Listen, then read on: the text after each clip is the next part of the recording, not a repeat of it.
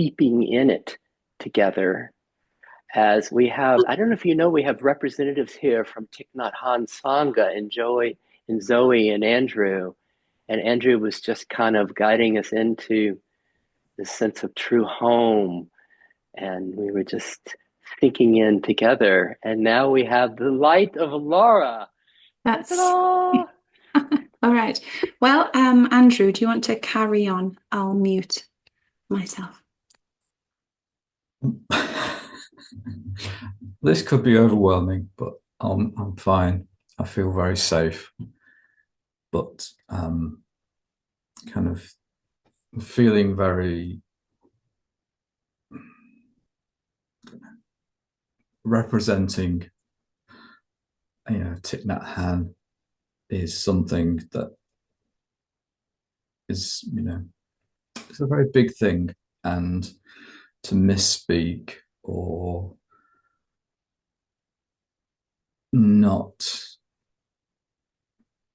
allow what I can feel in the practice to be seen by you is it's a concern, and didn't arrive with any agenda to do this. So what's come up immediately is tell the story.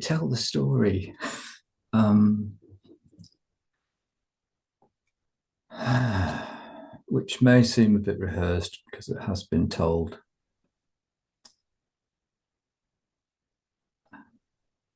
But I was completely asleep to myself and anything spiritual. And I defended that ferociously to keep out of myself. And a lay ordained member of Plum Village, UK, which is the Thich Nhat Hanh's Sangha here, by a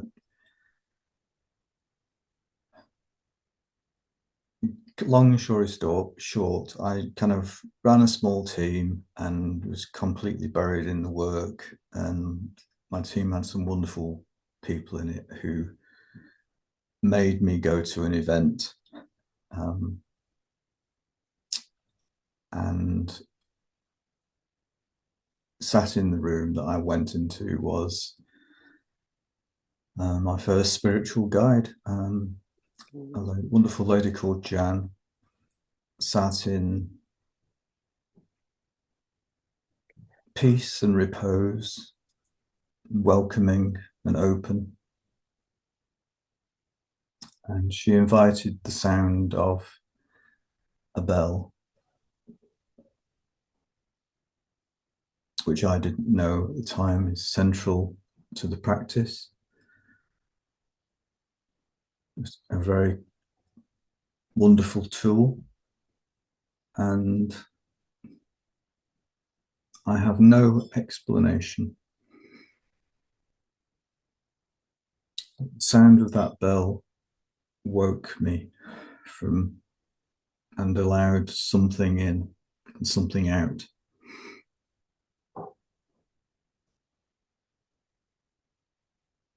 And that's what I have found in the practice of Zen Buddhism according to Thich Nhat Hanh.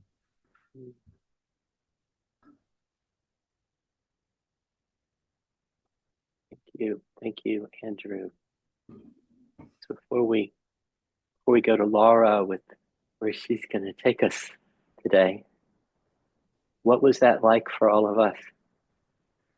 We have that song from Andrew.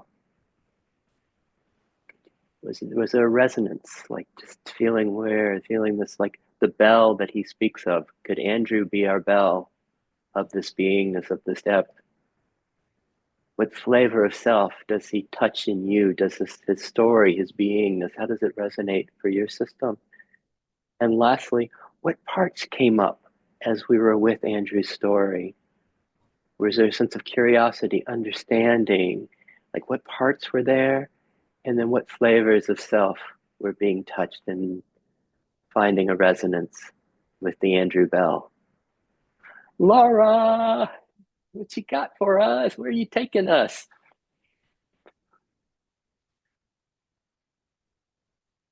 Yes, Andrew, that was so gorgeous. That bell. You see, truth has a resonance, doesn't it? And when someone speaks from truth and that kind of the experience that you had with the bell, when you shared it, I felt it. And hopefully all of us felt that, how powerful that bell is. So that's really, really beautiful. Something came in and something came out. Yeah, the is that kind of primordial sound of the universe. We think we're making sort of, we label them words or whatever. It's just the sound of the universe permanently oming. A blum, blum, blum. Making this sound. It's really nice. That was touching. Thank you so much. So, shame that I missed the first. Andrew, what was the first bit that I missed of your sharing before I joined?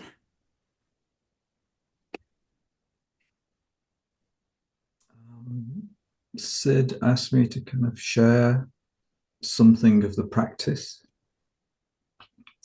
So, and also Francis wasn't in the room. And along with the sound of the bell traveling through the universe and waking living beings, the central method used to contact self is breath. And I suggested we take a long, slow in-breath, being aware. And then as we let the breath out, enjoying.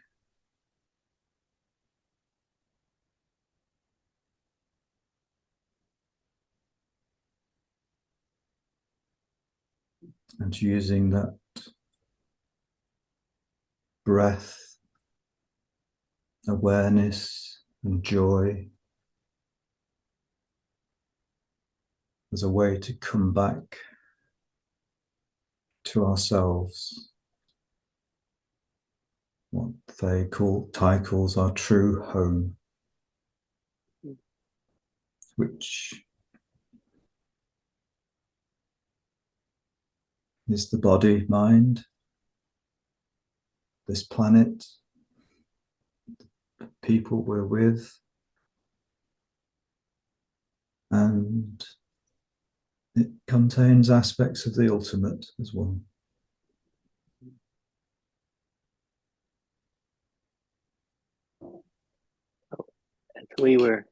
As we were with Andrew, and all of us are just meeting Andrew for the first time, except for our friend Zoe.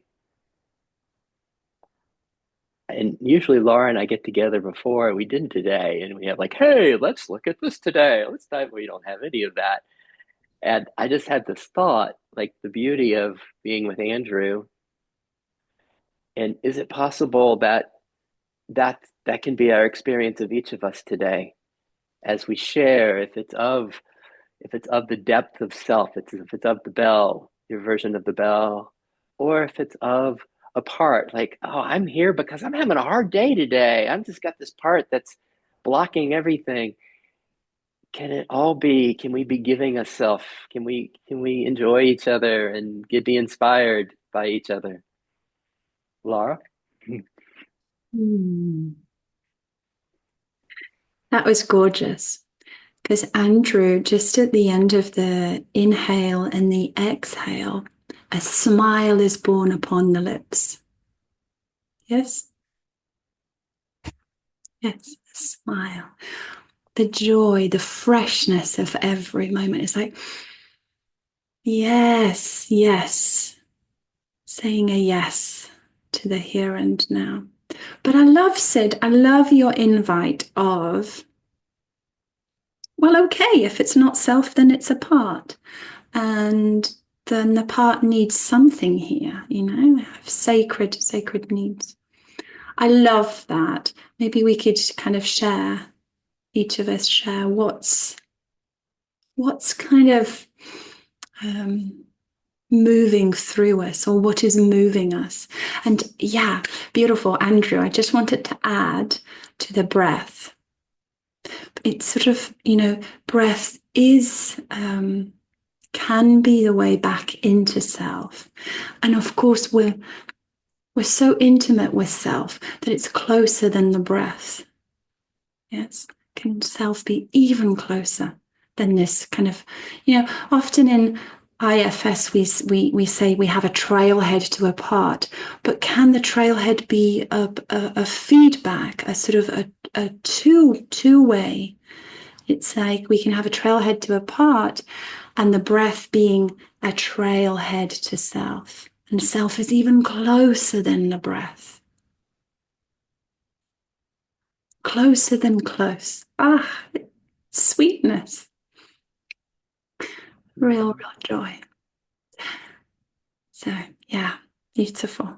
And can I just say, I haven't seen Francis and Zoe and Eli for a while. So, it kind of feels like home. So, yeah, lovely to see you all. That was gorgeous. Thank you so much. So let's hand it over to the group, Sid. Anything that you feel like sharing? What is working through you? Who wants to go first? Who's got something bubbling for us? How about you, Sid? Go on. Give us a little bit of Sid medicine. Oh, me? Gosh. Hmm. Hmm. Oh, I have something. I have something that might be controversial. I they, I had a friend from our sangha, Milo, call me this morning, and we spoke for an hour. And something's opening in him. It's almost like I might cry, but it's like with a part.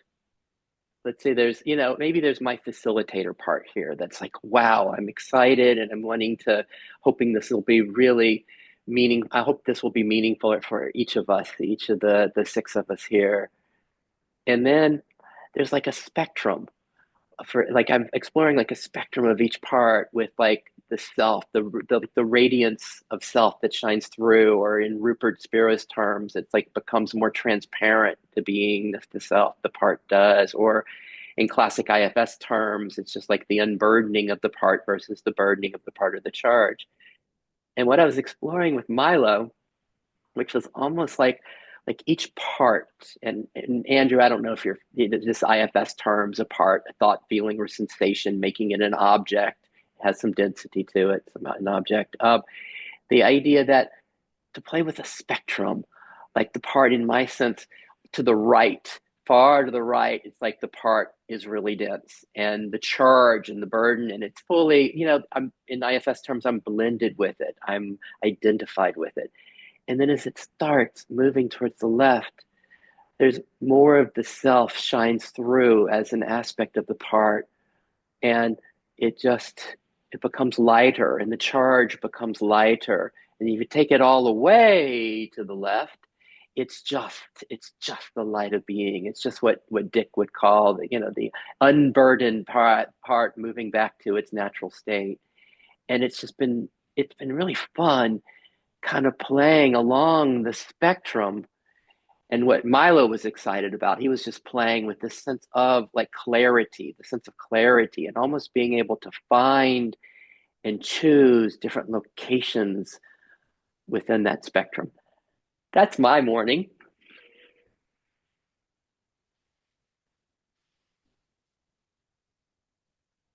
And before anything bubbling in response, because we'll just keep playing and go around together and give it anything bubbling for anybody about like the part spectrum. Andrew. A very powerful and useful image. Zoe has schooled me very hard on the word spectrum. And yes, that so I've been in therapy for a year or so, and yeah, I suppose, and forgive me if I choose the wrong terms. So I've got these exiles, traumatized and stuck, and the kind of this visualization I've been using is that I'm allowing them to come closer in safety and curiosity and love, and that eases the whole system, and seeing it as bringing them in across a spectrum with the light of self shining on them. Yeah, that's really worked for me. Thank you, Sid.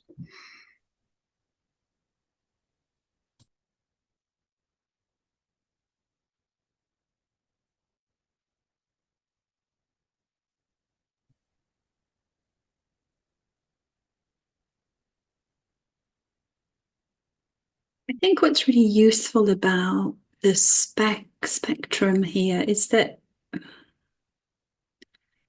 we can see this kind of flexibility and playfulness and openness. There isn't the kind of, we unburden the part for life, it's a done deal, it's like a one-off, and then you're fixed forever. Yeah, there's like a spiral, it keeps going round and round, and we revisit things, we kind of blend with the part, we unblend, we taste a bit of self, and there's like it's not such a serious thing, because one has to ask themselves, who's bringing me to therapy? Which part is doing this?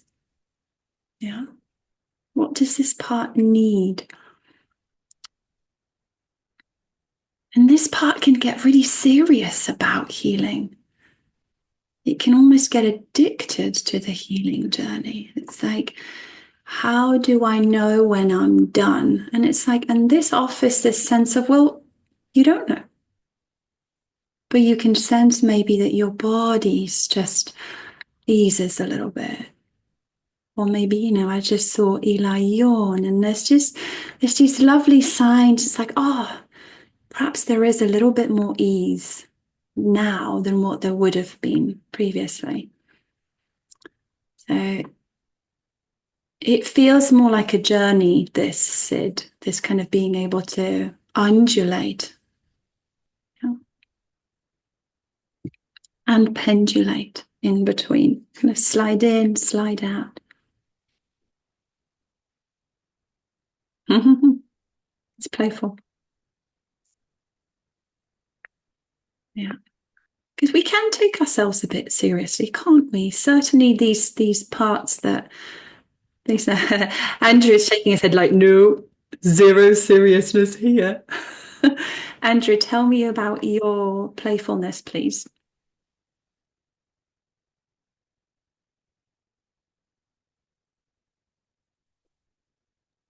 need to unmute yourself. That was a part who, yeah, might call him Mr. Sarcastic, bit of an entertainer, and it was a kind of a very Northern British reaction. They're kind of saying, no, I've never taken myself seriously. And of course, what I'm trying to say is, God, I take myself so seriously. It's absolutely insane. But I suppose the playful thing about that was that that part was allowed to express the fact that I do get really heavy, but not in that way of, it felt light to me, and hopefully, yeah, to other people as well.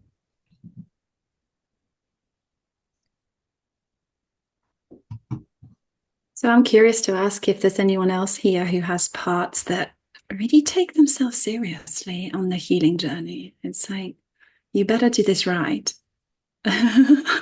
Right? I'm seeing people nod. That's really good. Oh, can we just love these parts for a moment here? Like, can we take a moment and say, wow, you really care for me. You want me healed. This matters. You matter. And maybe notice how does that part show up for you? Notice if it has a place in the body. My serious manager parts can sometimes hang out in my shoulders and in my neck. They're on. So on. Having me lean forward. It's like, just notice where your serious parts, those ones that are serious about healing, where do they hang out for you? And how old these parts might be.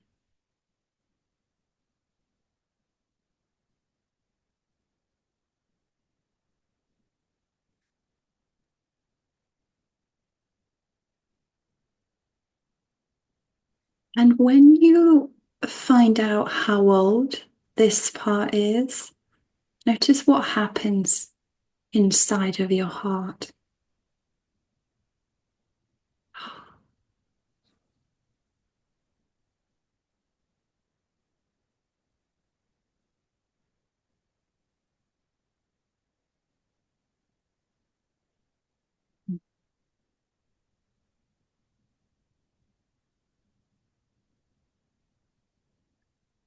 And is there something else these parts might like to do for the next 40 minutes? It's like, would they like to just go and chill out? Because maybe there's some serious parts here for all of us. Parts that are like, I really want to heal. I want to feel good. I want to feel at home in my body. And those are really beautiful things to wish for, to need, to want. And maybe for the next 40 minutes, there's something playful this part or this cluster of parts could get up to. Maybe there's like a nice forest they could go and play in. They can come back in anytime they want. Maybe there's like a lounge, like a beach chair they can sit at and hear the ocean. Or maybe they want like a really cozy den.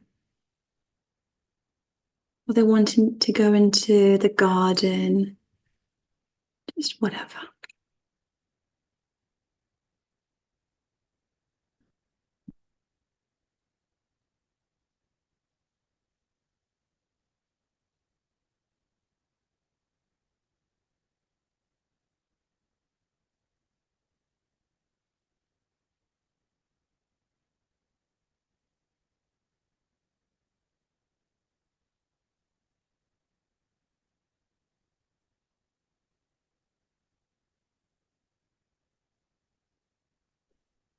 And What's then, it?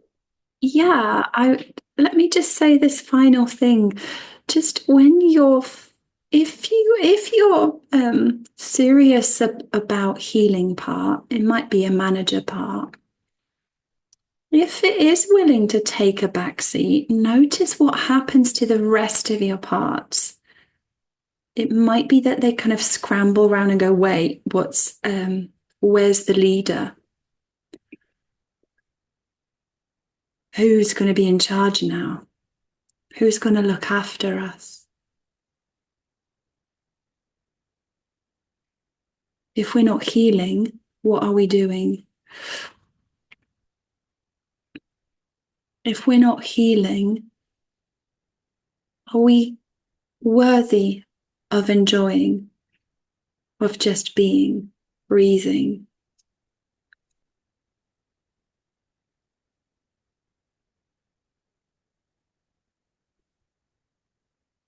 Could healing be as simple as just enjoying right now?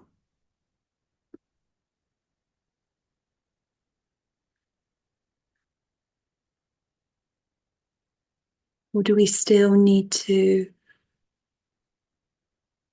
work hard to heal?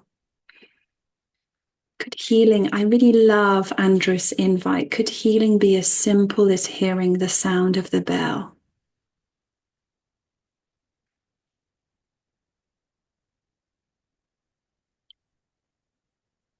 And see what the manager part says about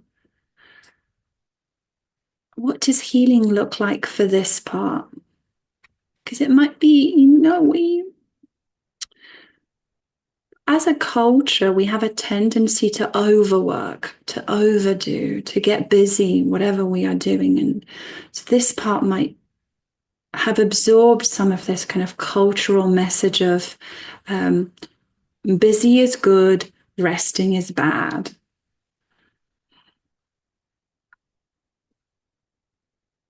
Can you heal whilst having fun?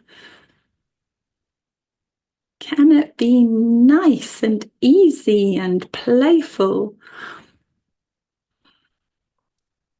Could be.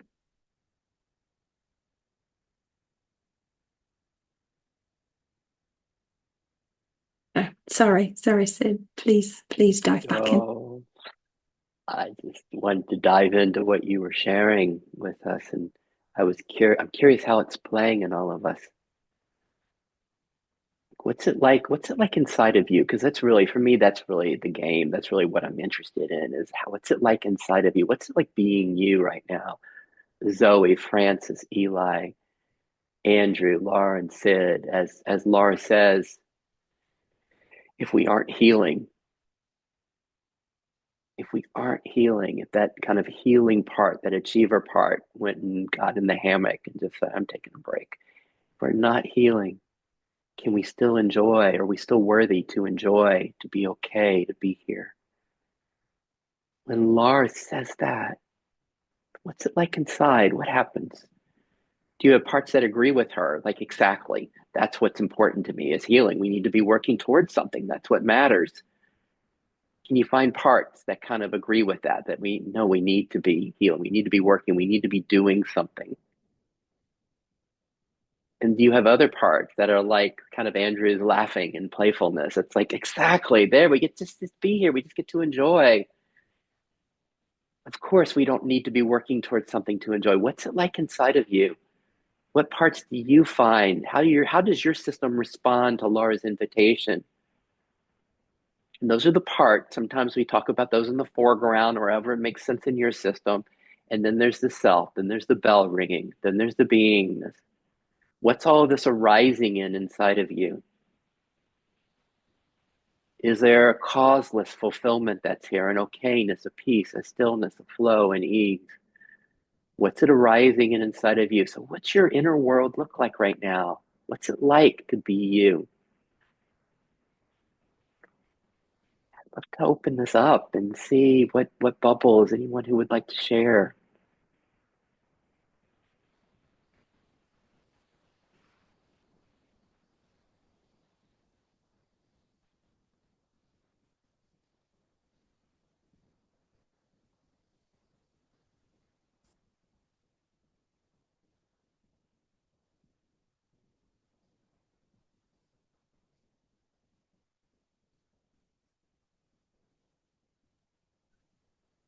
I like to go. Yeah, lots bubbling. There's still this sound of the bell ringing through, and just that concept that it just feels like, wow, I almost don't have words, but um, and then parts of me kind of brought in, or a part of me brought in some levity around it when we heard something like, if the sound of the bell could be healing. And, there was some part saying, if only, and then another part, wow,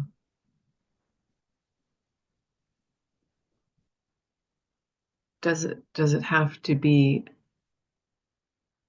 a certain frequency, like how many hertz? The part was wondering, how many hertz does this bell have to be? And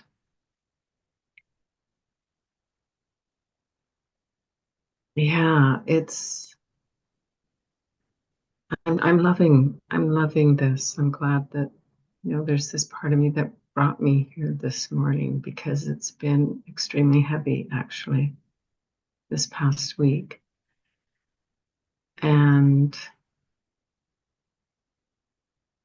so the parts that are carrying this heaviness, they're still there, but there's a little more space for other parts. And this idea of parts spectrum as well was really like, I don't know, maybe it's the first time I've been hearing it,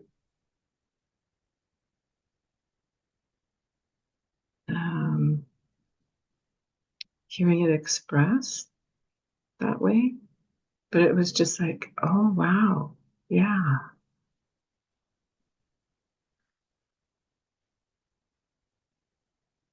yeah.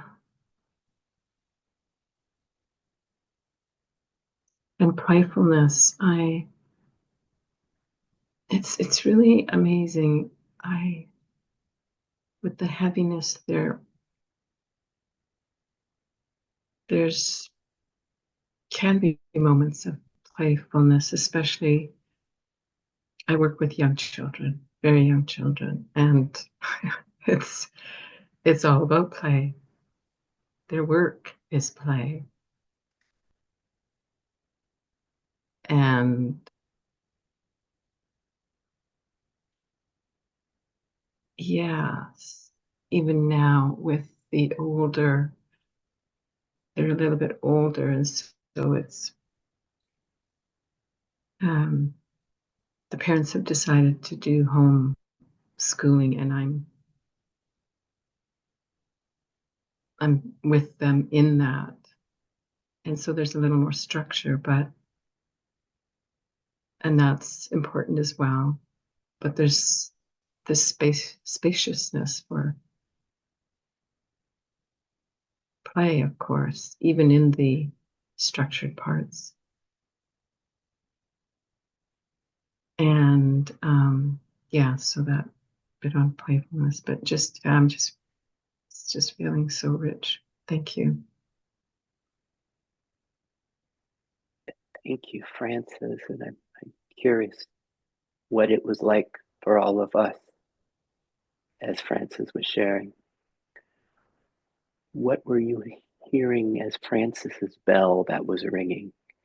What was the flavor of beingness that you were feeling from her? Was it a stillness, a love, a connectedness? What were you feeling?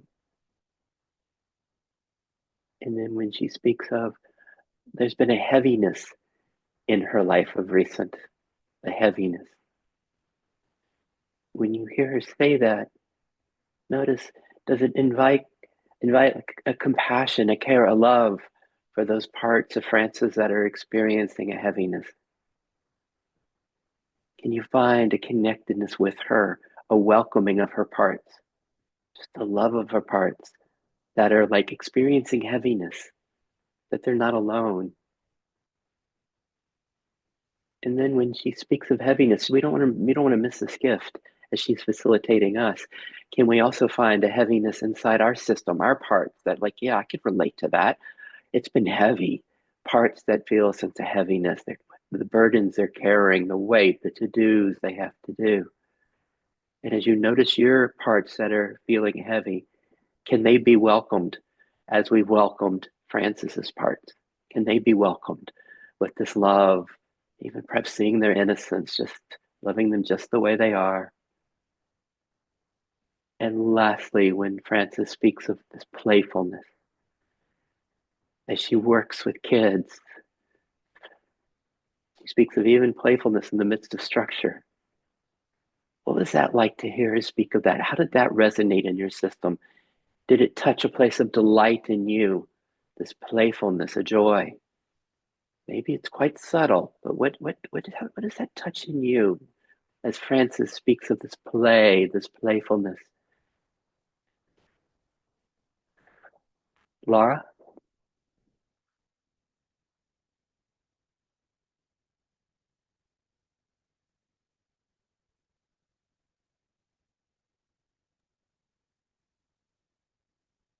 That was really beautiful, Francis. I really loved the part. It's just even in the seriousness, there's a play. This part said, or I heard you say for this part, it was kind of trying to figure out what frequency does it need. It's like, what's the right frequency? And can you see how there's a kind of a play there? You're kind of noticing, you're witnessing this part, being with it. You're noticing the earnest, how this part's really trying to get things right. And you're kind of being gentle and loving and playful with it. Thank you for sharing this part. What a gift, Francis, that you would share this part with us. It was busy. Really busy making plans for the types of frequencies. I just love it. So beautiful. And I want to say, Sid, I love how you recap just in the right way what Francis has just shared. That's so useful. Really good. Really value that. Very beautiful.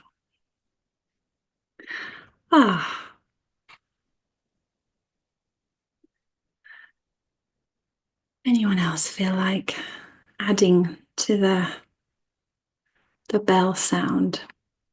It's going.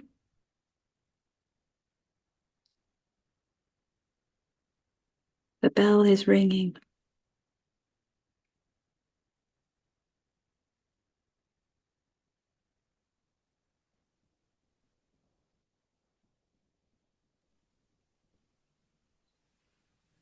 I can go. I'd also like to echo the beauty of the way in which you facilitate, Sid. Mm. Yeah, the recap and the invitations and the way that everyone's included in every moment. Really deeply appreciate that. Thank you. Yeah, I guess I mean, it's kind of really lovely to have my friend Andrew here. And I also notice that there is this like part that feels responsible for other people's enjoyment or not of something. So yeah, I'm just giving voice to that little part and letting it know that it's not responsible for anyone else's experience. It's kind of, yeah, it's just doing its job to make sure that I'm okay. I guess other parts that are around or other things that have come up for me is at the very beginning, there was the sentence or that self is closer than the breath, closer than close. And so my real thinking part was kind of, where, how, what closer than close? What, how can my mind and body make sense of that? Closer than close, closer than breath. So I was having a little play at trying to understand what those three words were pointing to. I just, I don't know. I guess I was sliding along the spectrum in that playfulness and just seeing and knowing, oh, do I know that place where there's just no separation?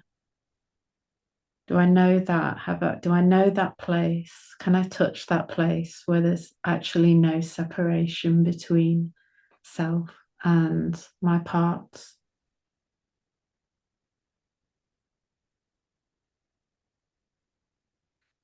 And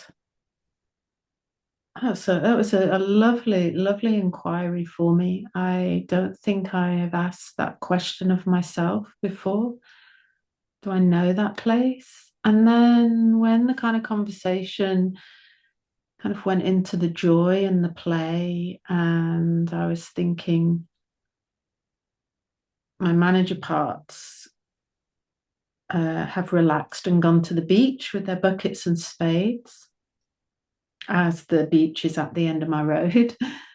And I was like, oh, yeah, I knew that place when I was a child, when I was lost and in playing on the beach. Maybe, yeah, yeah, I knew it then.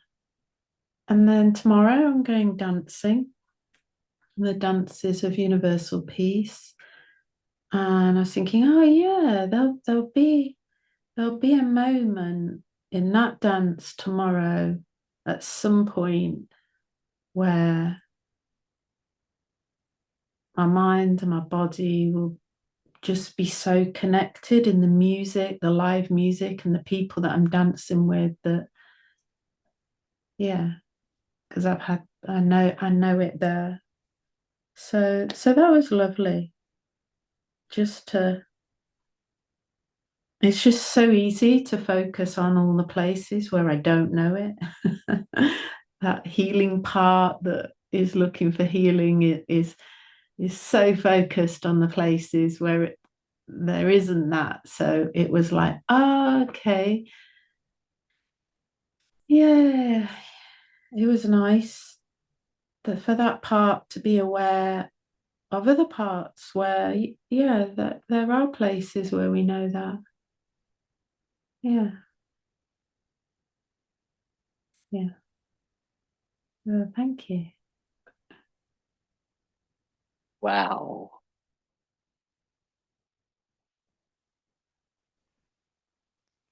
What's that like for us? Hearing Zoe, being with Zoe, receiving Zoe's gift. When she explored knowing, touching this place where self is not separate from part. She said, in my childhood, oh, I knew that. There were times I knew that in my childhood. What about for the rest of us? Can we track that in our own experience? And then Zoe speaks of tonight, going to the dance, and in the dance, and that flow, that you'll probably have moments of touching it. When do we touch it? When is there a sense of no separation, connectedness, self and parts? And it also makes me laugh because I've been in a lot of groups with Zoe, and often I have seen this place in her. And so it makes me laugh. And can we all relate to, as she speaks of, but then when my healer part is here, when this achiever part is here, it feels like it's miles away, this place of this no separation. And then Zoe speaks of closer than close, closer than the breath, closer than close.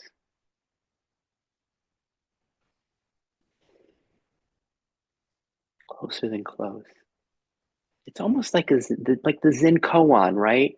When there's like the mind can't figure it out, because Zoe was like, oh, I can, working to understand that closer than close. I'm not sure I can get that, but then she speaks of, then there's a knowing. Then there's a knowing. Oh wait, I know what this is about. Can we find those two, like parts that try to figure it out, and then just the knowing?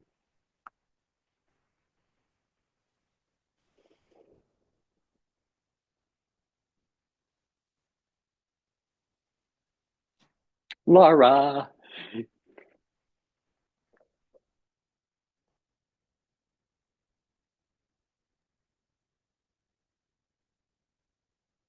Yes.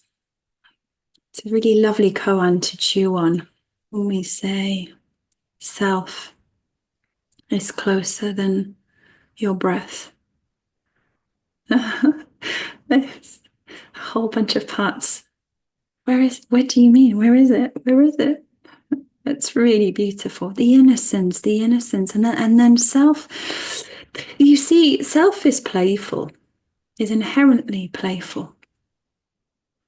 It allows parts to have the experience of being lost, knowing all along that they can't be lost. It's like that ideal parent where, makes me think of when my daughter was really, really little. I was quite a laid-back parent. I allowed her to roam, and occasionally we would be in a busy place, and I had my watchful eye on her, and she'd crawl off, and I could see her. But these passers-by would be looking at this 2-year-old and going, "Where's the parent? Where's that? This, you can't leave a 2-year-old, so, And I just smiled. She was perfectly safe.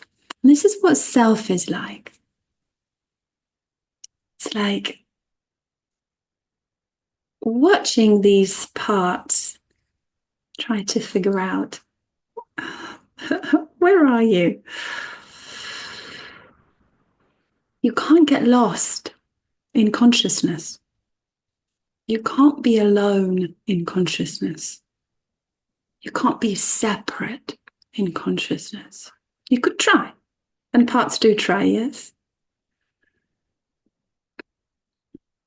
But you're never alone.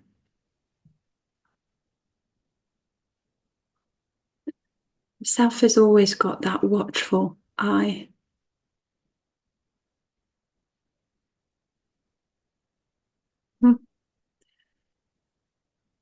Yes, that was really, really nice. It's a bit like, where can you hide in a round house of self? Which corner could you go to in a round house?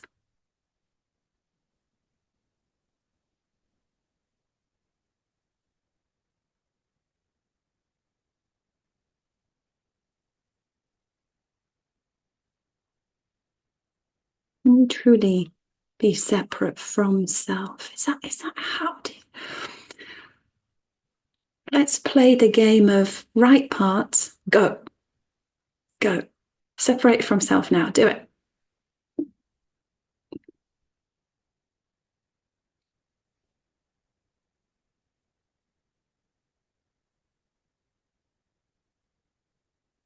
And this is why we say that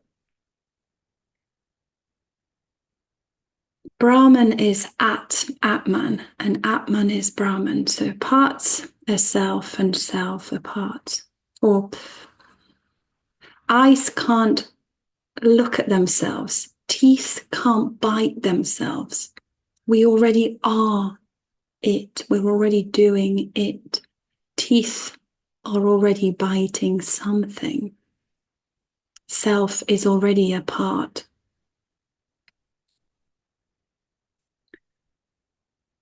But it's the nature of playfulness, yes? And consciousness almost willingly allows itself to get lost for the play of it.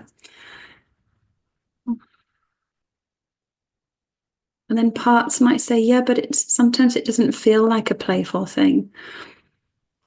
Sometimes if my daughter was to really get lost, she would look up and go, but where's mummy? Now I really am lost. So sometimes it doesn't feel like a game for parts. I get that. And parts might say, can we stop this game now? I don't like this game anymore. Can you show yourself self so that I know that you are really here?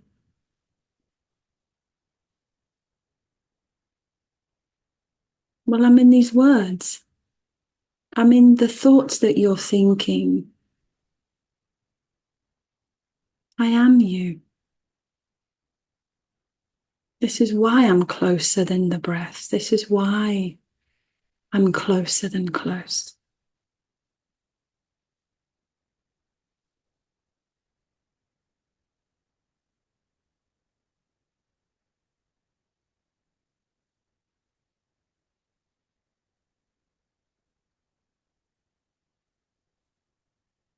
And this is the both and. You see, self can validate the point of view of parts when they really are convinced that they are separate from self.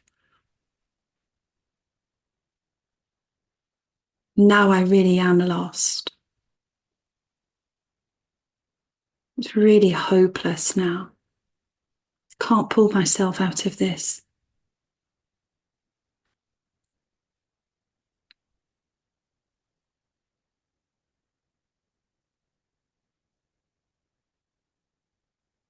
But what is there with you all along the entire time from the moment you took your first breaths?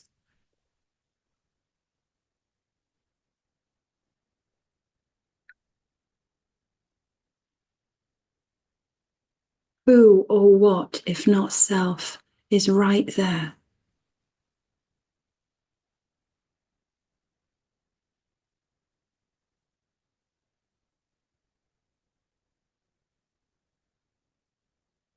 So the compassion of self is absolutely limitless for the infinite times parts lose their way.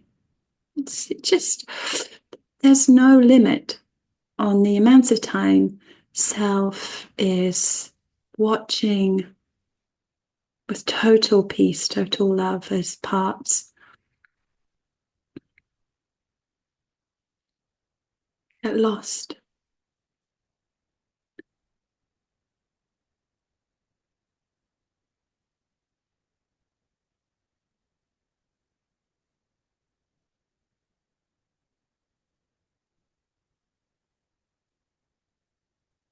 You can't get lost in a roundhouse of self. There's nowhere to go in consciousness other than what is now.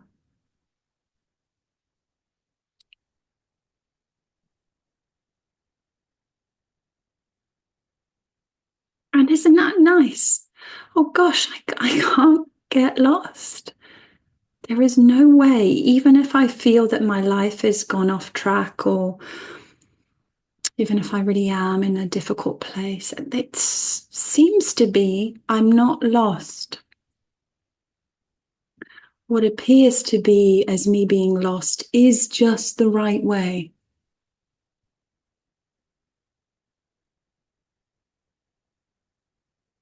Sometimes we say what's in the way is the way.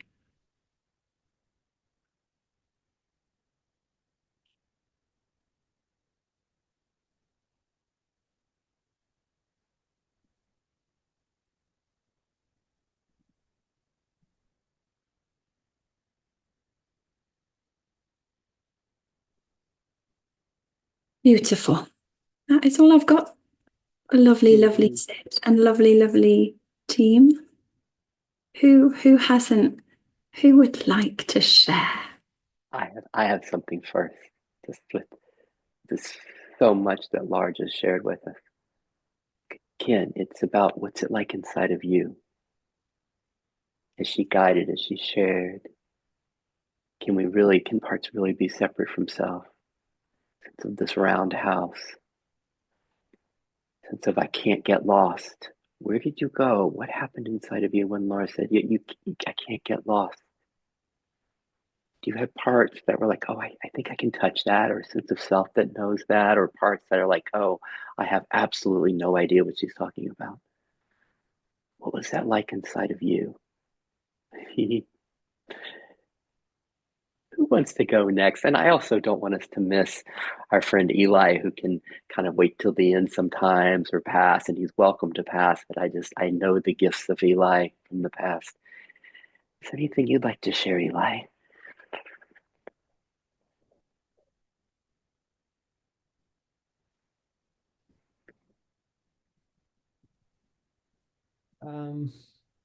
It's kind of a journey as I'm following along on all the different threads.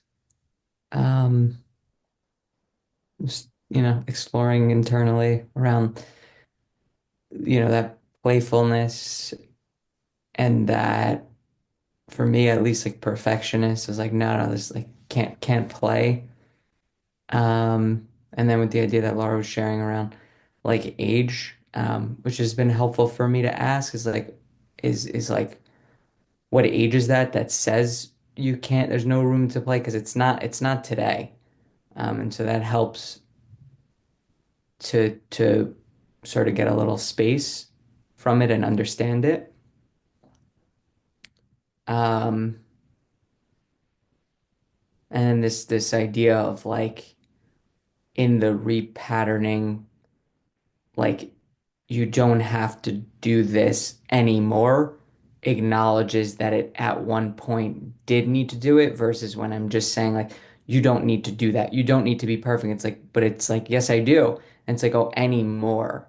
Like, oh, at one point you did and now you don't. So that was helpful. Um, And then I felt like I was just along for the ride on some of this stuff and like the roundhouse itself is like you can't make a mistake. There's actually no way to do it wrong is something I find helpful to play with sometimes in like the parts of self Atman Brahman kind of thing where like you get stuck in where I get stuck in like fixing mode maybe a little bit and then taking a step back and saying like is any of this really bad? Like, are there mistakes? Is there a wrong turn? And then sometimes, like when that becomes clear that there isn't, it's like another layer of relief of oh, like the whole game, like it's all fine. We don't like it adds a layer of playfulness that is like, oh, and we're playing the game and we're fine regardless of kind of how the game goes. So it's a big relief.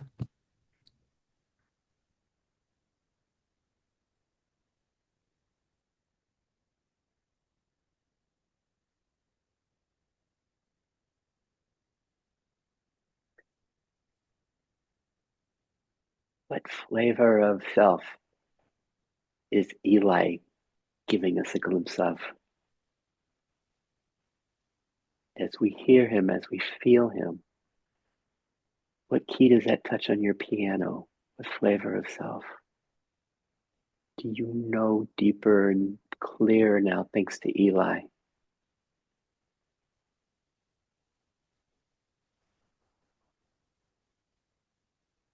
Just for a moment, what's it like to let that flavor of self have you? Sink into that, be that.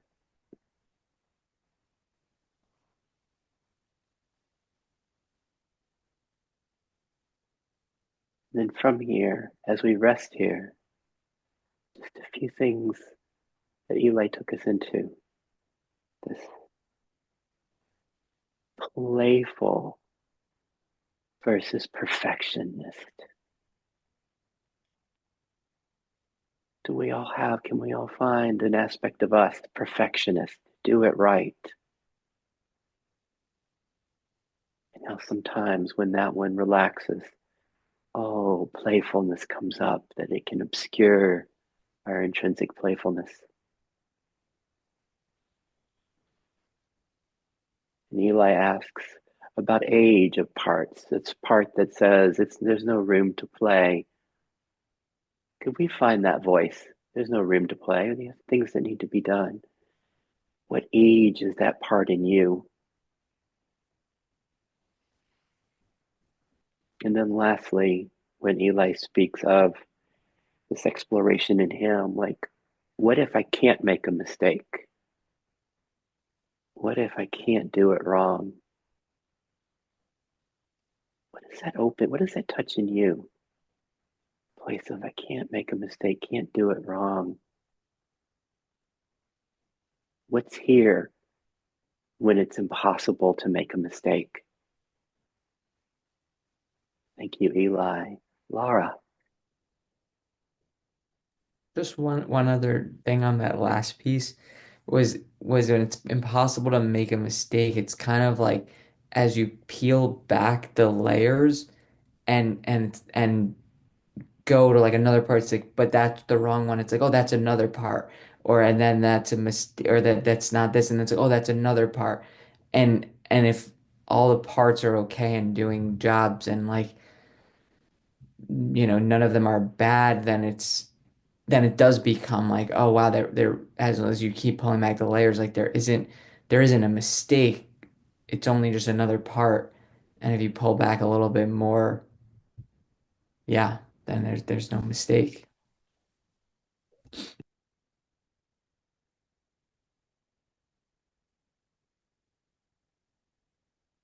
Yeah, just a joke. I used to spend a lot of time with Byron Katie, and she would say, "Oh, no mistake," instead of namaste.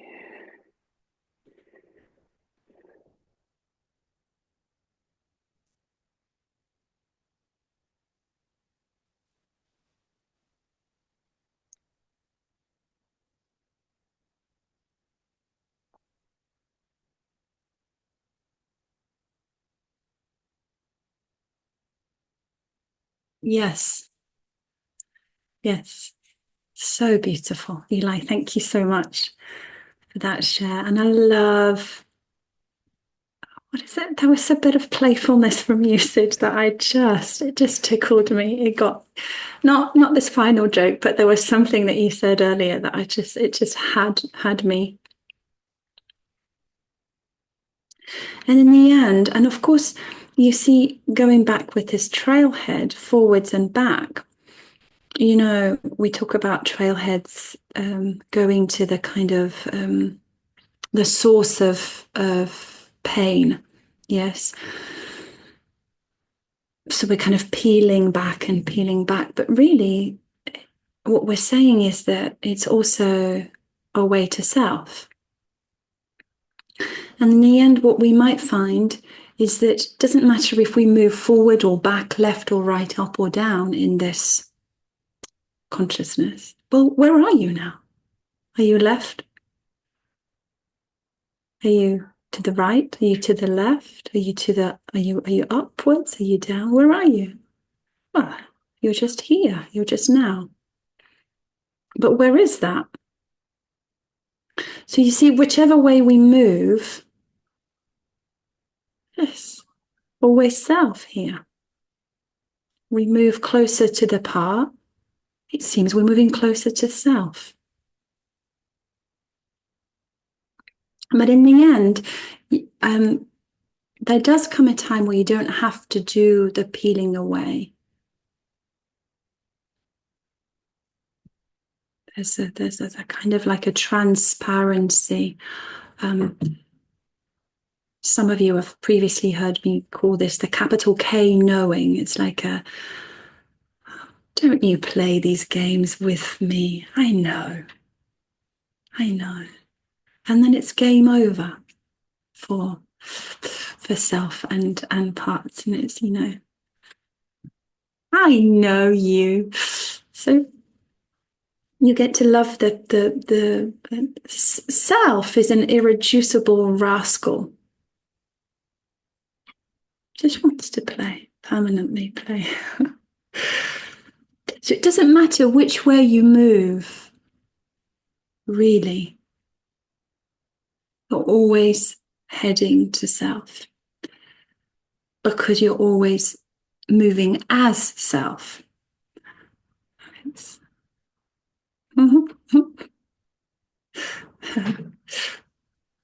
Yes.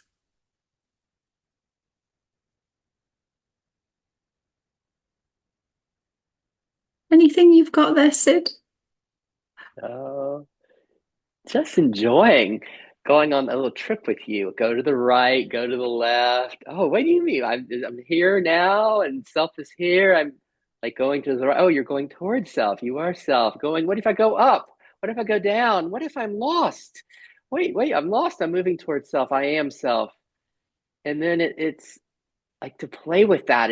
That's what a fun game. And then like when you were saying, then there's the capital K knowing, like the way Eli took us with the sense of going in deeper, taking off layers, and it reveals itself, self reveals itself. Like I'm wondering how we each find that the revealing of self. Is it is it the bell? Is it looking closely? Is it falling in, sinking in?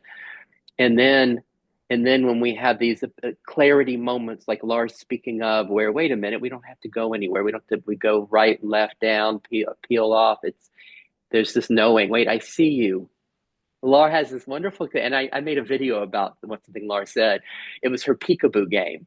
It was like the peekaboo, I see you. And it's like this, I love this capital knowing, when at one point we just see, wait, it is self. Any way we move, it just is. And it's like, game over, or maybe it's the start of the beautiful game as a celebration of the self. Just that, and wondering how it's going for everybody else, what it's like in your systems. What's it like to be you right now when Laura takes us on this wild journey, and Eli takes us on this wild journey of healing? What's it like? How's it going?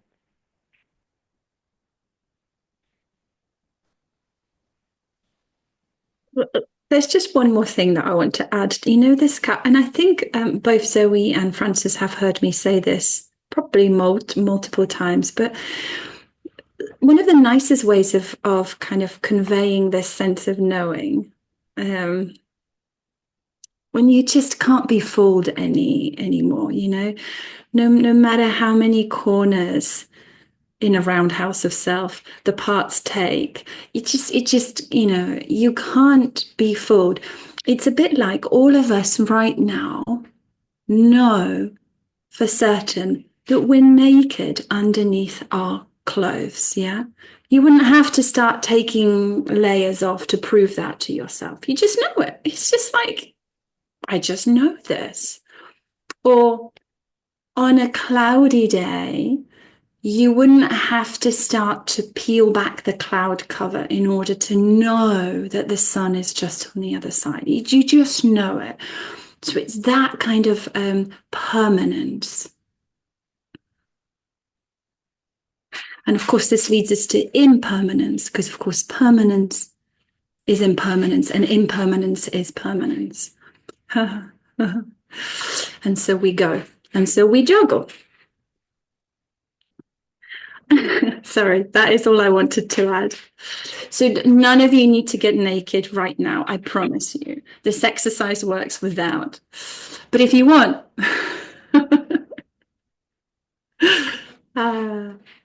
Sid and I could host a group after this.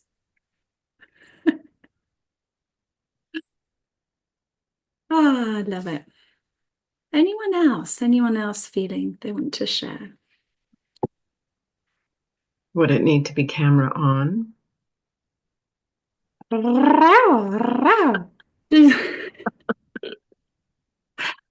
I love you, Francis. I've missed, can I just say how much I've missed our meetups? Yeah. Maybe Sid and I will go back to having weekly meetups because I so much love the masculine, feminine. There's like a really nice thing. So, Francis, camera on or off, it doesn't matter. Self is watching the entire time.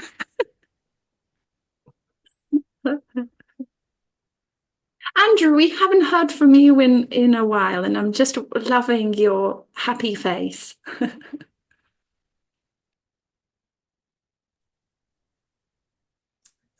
It is a happy face, reflecting a happy system.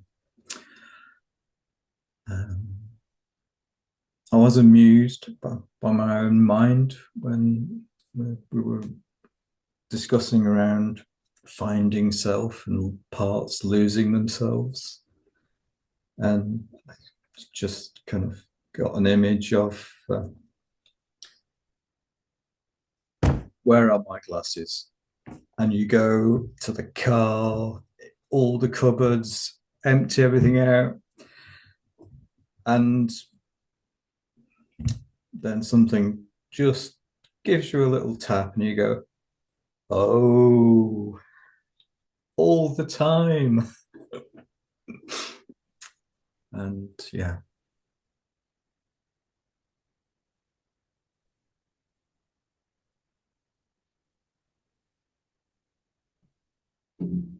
Yeah.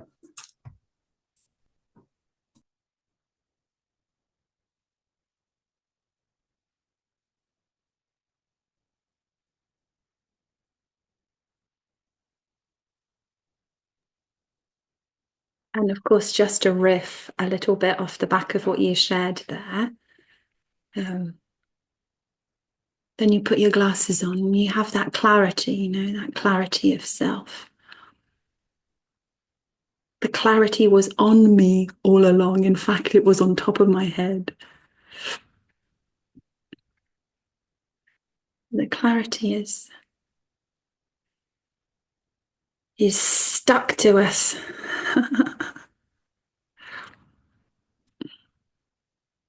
Nice. I love clarity. Don't you just love clarity?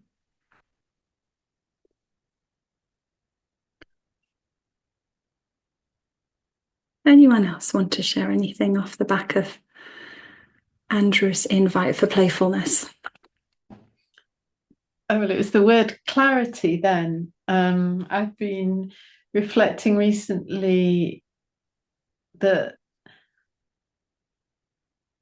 clarity without being attached to any agenda or outcome has been a real shift for me recently. So many parts, enjoy certainty. And I have to kind of remind myself, well, there's no ninth C of certainty, although loads of my parts wish that there was one of the nine C's with one being certainty. That's made me laugh recently as I keep reminding myself that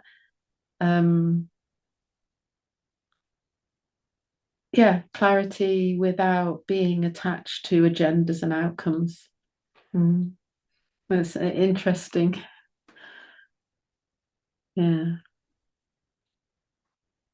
That's it. Yes, in response to Laura's question about don't you just love clarity, part of me was, yes, I love clarity. I would love to have more clarity. So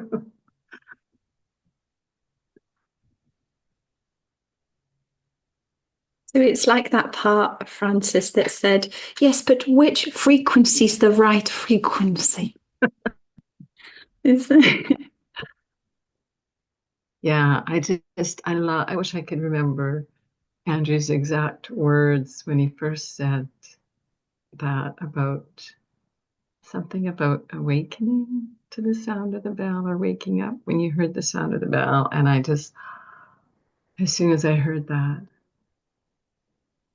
yeah, I guess it was rippling through me too somehow. And yeah, yes, frequency. Yes, I'm talking about frequency. Yes. Well, you know that tuning forks that came out in the last session? That was really nice.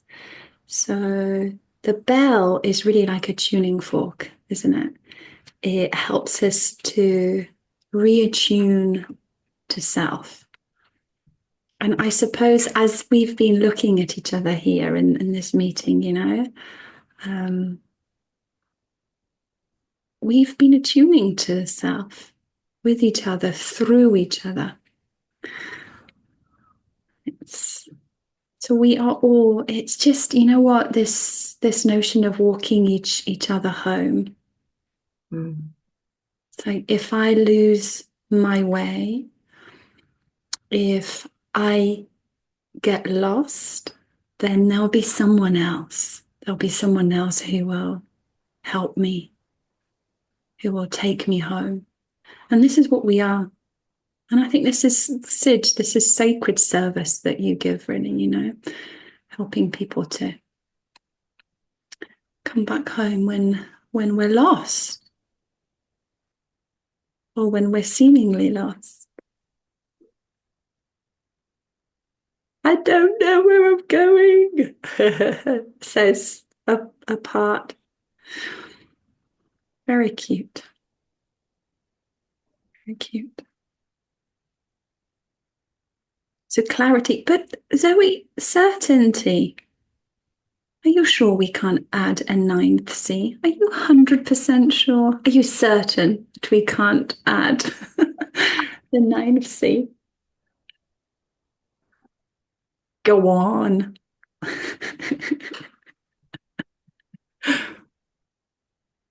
Yeah, I've got so many parts saying, yeah, of course we can. Yeah. Right to Dick and see what he says. I think Dick would joyfully say yes. He'd be like, yes, if that's what the part needs, yes. Gosh, yeah, I think, Zoe, this points to our kind of slight dogmatic clinging on to the 8Cs and the 5Ps. It's lovely, isn't it? Because it keeps things safe. It's like it keeps things contained. It's like so long as I know about the 8Cs and the 5Ps, it kind of keeps it easy, right? It gives us a roadmap for when parts get lost. I mean, it's a very, very easy one. But self doesn't really claim ownership to 8Cs and 5Ps, or self doesn't limit itself just to that. So I reckon certainty. But if you include certainty, you must include its friend, uncertainty. Uncertainty.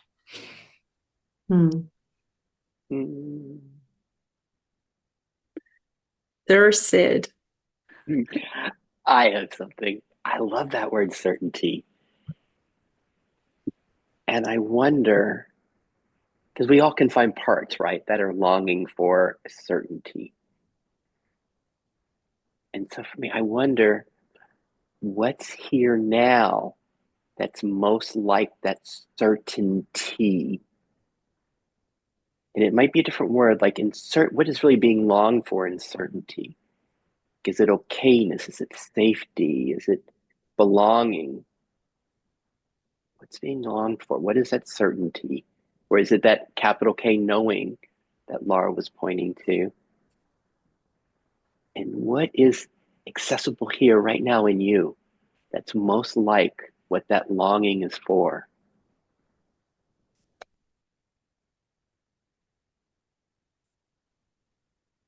Laura, back to you, Laura.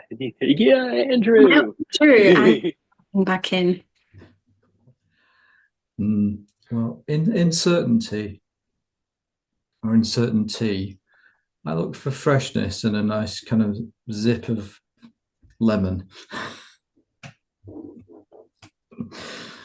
But clarity, yeah. Coming back to that. How about that freshness with a zip of lemon? Freshness with a zip of lemon. Like that. Like, can we feel that even in the air from Andrew right now? This freshness with a zip of lemon. Sorry, Andrew. Please go on. It's okay.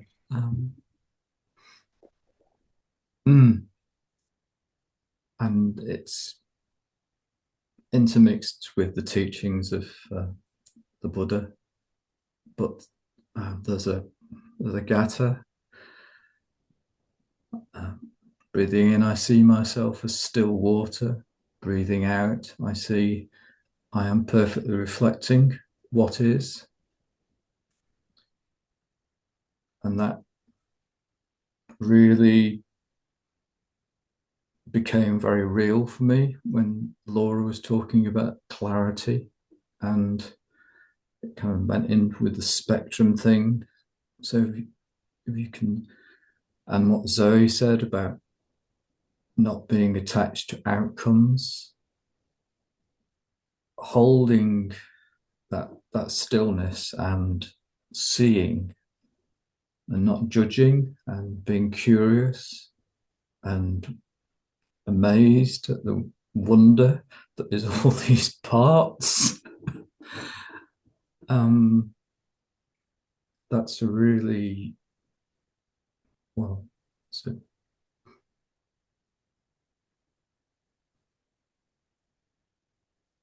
it feels to me that it's going to help a lot, not just to see everybody and accept them.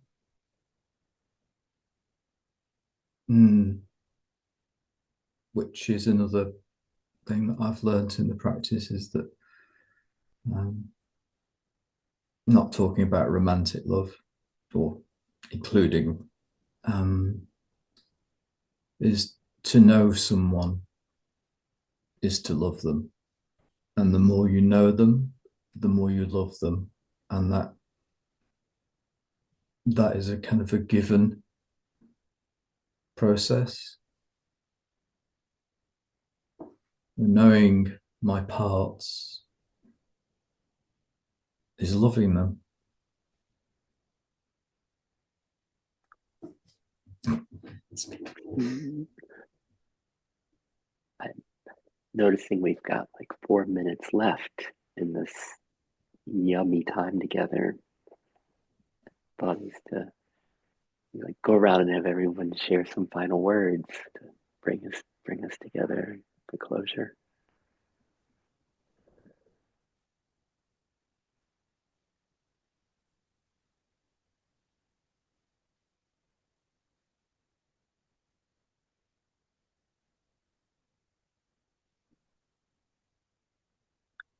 I'll go. Just want to say thank you to everyone, Laura and Sid and Andrew, Zoe, Eli. Thank you. Oh, this has been so rich. And yes, I've so missed the meditations with Laura on Saturday mornings. Just thank you. And part of me wants to say too about the 8 C's. We've added our own, quite a few of our own. And so we're up to like almost 20 C's that work for my system.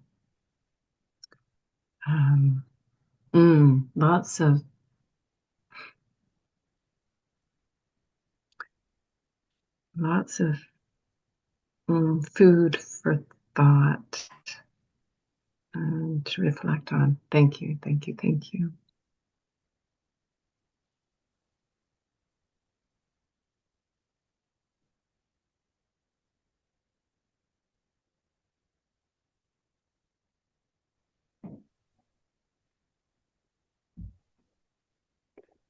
So Eli, Andrew, Laura.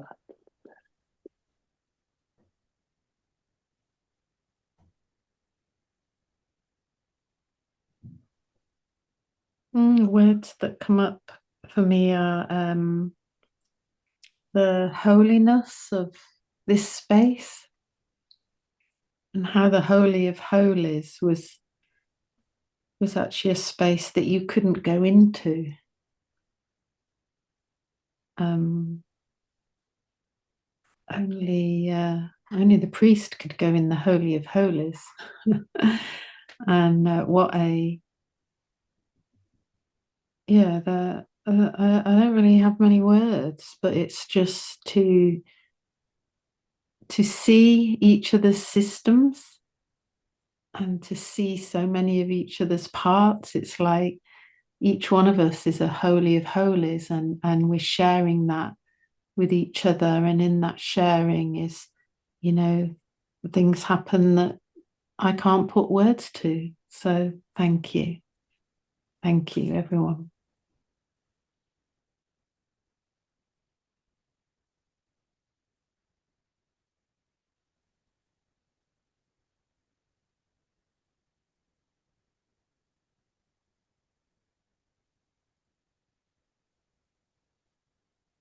Zoe, I just really love that. So I'd like to close with, before obviously Eli and Andrew and Sid go, I'd like to share, picking up on this thread of holy here, the etymology, so the root word for holy is the same as heal, health, and whole. So to heal is to be holy, or to make holy, and therefore to make whole is to come back to self. So healing is a returning to self, to being whole. And so the highest spirituality, the highest teaching is to heal, to be whole, to be holy, to be self. So that's, and everyone's welcome. No one is unwelcome on this journey in the roundhouse of self. Yes.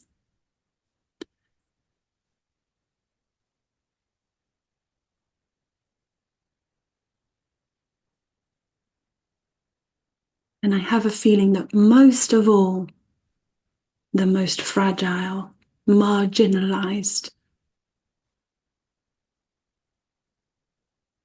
parts are the ones that are welcomed in first. Not the highest of the high, but the lowest of the low. They are the ones who are made holy first in the roundhouse of self. And isn't that how it goes a little bit, Self-like parts do a fantastic job of helping the younger parts, the exiles, heal first before they themselves step through. So the little ones go in first.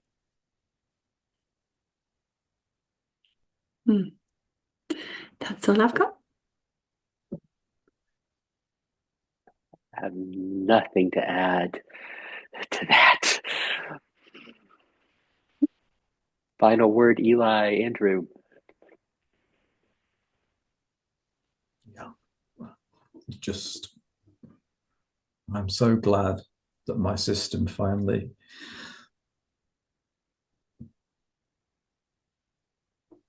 arrived here. It's been wonderful. Thank you all.